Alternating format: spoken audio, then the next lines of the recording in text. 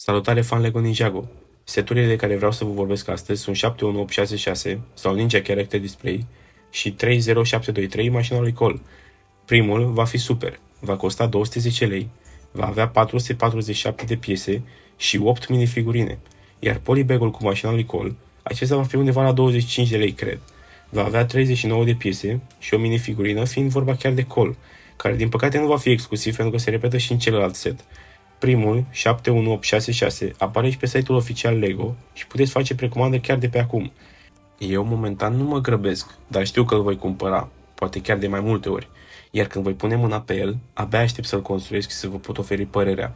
Dar până atunci, așteptăm să vedem ceva mai dezvăluiri LEGO, pentru că știm abia 3 din cele 7 minifigurine aniversare, și aici mă refer la cele cu suport special.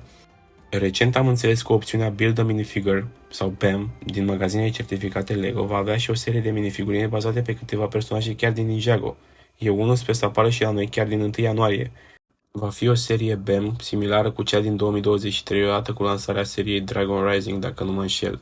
Eu vă mulțumesc! Aștept părerea voastră despre seturile de până acum în comentarii, iar de asemenea sunt curios ce minifigurine credeți că vor mai apărea pentru a completa seria aniversară de 7.